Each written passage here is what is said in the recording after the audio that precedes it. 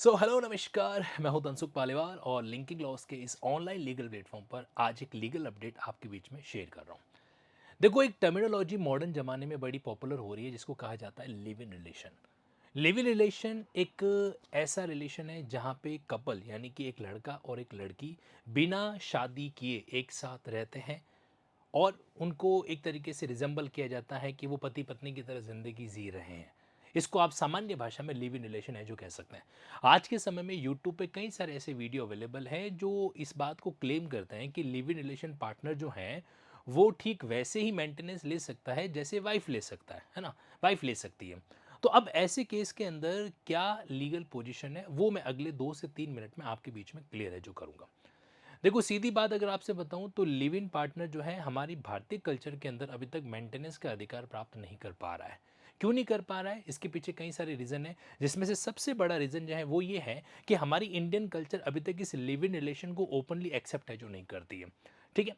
तो ऐसे केस में जनरली जो कपल अगर कुछ रह भी रहा है ना तो वो हमेशा छुपा के जो है इस रिलेशन को मेंटेन है जो करता है। अब जो चीज़ छुपा के कर रहे हो और आप सोच रहे हो आप कोर्ट में जाके मेंटेनेंस ले लोगे, तो वो तो फिर सबको बताना हो जाएगा। वो तो एक तरीके से आपका जो सीक्रेट है वो सबके सामने रिवील हो जाएगा, है ना? इसीलिए जनरली कोई भी कपल अगर ब्रेकअप कर भी लेता है और मान लीजिए लड़की के साथ बहुत गलत हुआ भी है, तो भी वो लड़की इतनी हिम्मत नहीं करती कि वो कोर्ट जाए और मेंटेनेंस है जो क्लेम करे। एक तो ये तो है रियल रीज़न कि भाई ऐसा क्या है कि लिव इन रिलेशन के अंदर मेंटेनेंस के केसेस वकीलों के पास जनरली नहीं आते। पहला पॉइंट। सेकंड पॉइंट, अगर सोसाइटी के माइंड को हम ओपन एंडेड मान भी ले और मान लेते हैं कि कुछ बच्चों ने, कुछ लड़के लड़कियों ने अपने पेरेंट्स सबको बता के जो है वो लोग लिव इन रिलेशन के अंदर रह भी रहे हैं और बाद में कुछ ऐसा हुआ कि जो है उसको लड़की को लिव इन रिलेशन से निकाल दिया गया, कुछ हो गया, अब वो लड़की जो है मेंटेनेंस लेना चाहती है, तो क्या वो कोर्ट जाके भरण पोषण ले सकती है जैसे कि एक वाइफ ले सकती है? तो इसका जवाब है हाँ, ले तो सकती है, लेकिन जो गाइडलाइन है ना वो इतनी डिफिकल्ट है कि उसके अकॉर्डिंग होने के बावजूद भी वो अधिकार ना होने के बराबर है। कैसे? मैं आपको बताता हूँ। देखो, हमारे भारत देश में उत्तराखंड एक ऐसा राज्य है जिसने हाल ही में यूनिफॉर्म सिविल कोड को एक तरीके से अडॉप्ट किया और उसने ये भी कहा कि जितने भी लिव इन रिलेशन हैं उनको क्या क्या रजिस्टर्ड है जो किया जाना चाहिए मैंडेटरी, बराबर। लेकिन कितनी ऐसी एंट्री आई जो लिव इन रिलेशन में रह रहे हैं और अपना रजिस्ट्रेशन करा रहे हैं? तो नेग्लिजिबल, मतलब इतनी कोई खास विशेष रूप से इतनी एंट्री नहीं आई कि वो उसको एक तरीके से एक्नॉलेज है जो करें, है ना? तो अब यहाँ पे क्या होता है कि होने के बावजूद भी क्या किया जा रहा है? छुपाया जा रहा है। दूसरा ये है कि हमारे देश में 4 ये लीगल पॉइंट है। एक तो ये कि आपके भारतीय नागरिक सुरक्षा संहिता 2023 जो कि पुराने वाले कानून का सेक्शन 125 हुआ करता था, उसमें एक बात लिखी गई है कि क्या किया जा सकता है कि वाइफ की तरह जो है, जो गर्लफ्रेंड वगैरह है या जो लिव इन पार्टनर है, वो भी क्या कर सकती हैं? अपने उस पार्टनर से मेंटेनेंस है जो क्लेम कर सकती हैं। यहाँ पे सुप्रीम कोर्ट ने बकायदा 125 को है ना इसके साथ में डील है जो किया इस केस के साथ। चंद मुनिया वर्सेस वीरेंद्र कुमार 2010 का सुप्रीम कोर्ट का मामला है। सुप्रीम कोर्ट ने एक लाइन बोली, क्या लाइन कही? उन्होंने कहा कि द टर्म वाइफ जो सेक्शन 125 सीआरपीसी या 144 बीएनएसएस में यूज हुआ है, the term wife include couples living together as husband and wife for a reasonably long period of time which would raise a presumption in favour of marriage. मतलब जो एक लंबे समय तक अगर कोई कपल हस्बैंड वाइफ की तरह रह रहा है तो उसको भी हम वाइफ की परिभाषा में इंक्लूड करेंगे और अकॉर्डिंगली मेंटेनेंस है जो मांग सकता है। लेकिन शर्त क्या लगी हुई है? Reasonably long period of time. अब ये रीजनेबल पीरियड कितना, ये तो कहीं पर मेंशन है जो नहीं किया हुआ, है ना? और दूसरा एक और चीज आपको ध्यान में रखना है कि जो एकमात्र कानून ऑफिशियली इसको रिकॉग्नाइज कर रहा है, ऑफिशियली मतलब अपने टेक्स्ट में जो रिकॉग्नाइज कर रहा है, वो है domestic violence act. Domestic violence act जब 2005 में आया तो इसके अंदर एक सेक्शन है 2F जो कि क्या करती है? डिफाइन करती है घरेलू नातेदारी को यानी कि डोमेस्टिक रिलेशन को। तो इसमें इन्होंने कहीं पर भी जो है इसको एक्सक्लूड नहीं किया। उन्होंने कहा कि अगर आप इस तरीके से रिलेशन में रह रहे हो, डोमेस्टिक रिलेशन के अंदर रह रहे हो, तो आपको जो है यहाँ पर क्या क्या मेंटेनेंस प्राप्त करने का अधिकार है। फिर जो इसका सेक्शन 20 है, सेक्शन 12 है, उसके अकॉर्डिंग आप रिलीफ है जो क्लेम कर सकते हो। ये एकमात्र ऐसा कानून है जो कहीं न कहीं लिव इन पार्टनर को डोमेस्टिक रिलेशनशिप में रहने के कारण अधिकार है जो देता है। लेकिन ये कानून भी कुछ खास कर नहीं पाएगा। क्यों नहीं कर पाएगा? अब मैं आपको समझाता हूं, जो कि मेन जजमेंट है आज के इस केस का। एक्चुअल में क्या है? ये मामला है इंदिरा शर्मा वर्सेस वी शर्मा 2013। ये लैंडमार्क जजमेंट है लिव इन रिलेशनशिप के केस के अंदर इस बात को आइडेंटिफाई करने का, कंक्लूड करने का।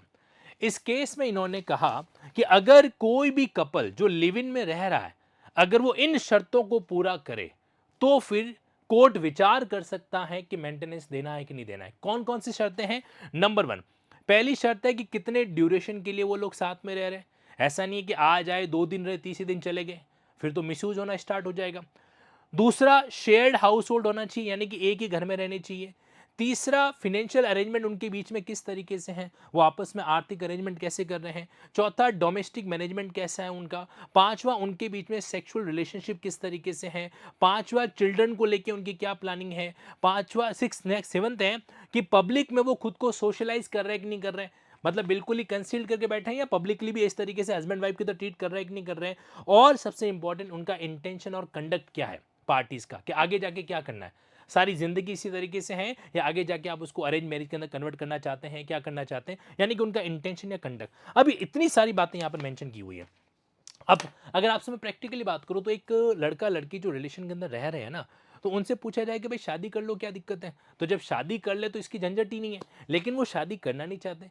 अगर आप सब लोग जो है इस बात को एक्सेप्ट करने के लिए तैयार हो तो शायद मैं उस शब्द को इस्तेमाल कर पाऊँ कि कहीं न कहीं जो है वो एक सिस्टम चल रहा है यूज़ एंड थ्रो वाला, या फिर एक तरीके से ट्रायल, पहले इस्तेमाल करो फिर विश्वास करो, उस टाइप का सीन है जो यहाँ पर देखने को मिले कि भाई लड़का ठीक है। अच्छा, एक एंगल इसका प्लस पॉइंट ये है कि मान लो भाई पता चल जाए कि भाई कोई लड़का या लड़की किसी तरह से बीमारी से परेशान है या मेंटली इस तरीके से थोड़े से वीक है वगैरह, तो ज़िंदगी भर ना भुगतना पड़े, कुछ टाइम के अंदर पता चल जाए। बट दूसरी तरफ वही बात है घुमा फिरा के कि ट्रायल कर रहे हैं, ट्रायल अगर ठीक लगा तो लॉन्ग टाइम के लिए इसको इस्तेमाल कर देंगे, तो ये कोई सैंपल प्रोडक्ट वाला बात तो है नहीं।